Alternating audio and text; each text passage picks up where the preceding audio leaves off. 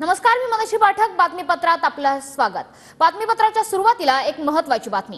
शिंदे गटाच्या मुंबईच्या निकालाबाबत लोक संशय घेत असल्याचं हसन मुश्रीफांचं म्हणणं आहे. उत्तर पश्चिम मुंबईतील रवींद्र वायकरांच्या विजयावर हसन मुश्रीफांनी ही प्रतिक्रिया नोंदवली आहे. बुलढाणा, हातकणंगले, संभाजीनगरातील तिरंगी लढतीमुळे शिंदे गटाचा विजय सोपा झाला असल्याचं मुश्रीफांचं म्हणणं आहे. शिंदे गटाच्या लोकसभेतील विजयावर हसन मुश्रीफ यांनी जी प्रतिक्रिया दिली आहे त्यावरून आता चर्चा सुरू झाली आहे. लोकसभेच्या पराभवाचं अजित पवार गटावर खापर फोडलं गेलं, त्यावर बोलताना मुश्रीफांनी ही प्रतिक्रिया दिली आहे. शिंदे गटाचा जो आता स्ट्राईक रेट आहे त्यामध्ये 3 मतदारसंघामध्ये तिरंगी लढत झाली.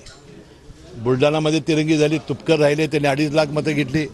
धैर्यशील मानेच्या विरुद्ध इथं राजू शेट्टी राहिले, DC पाटील वंचितचे राहिले, तिथं तिरंगी झाली.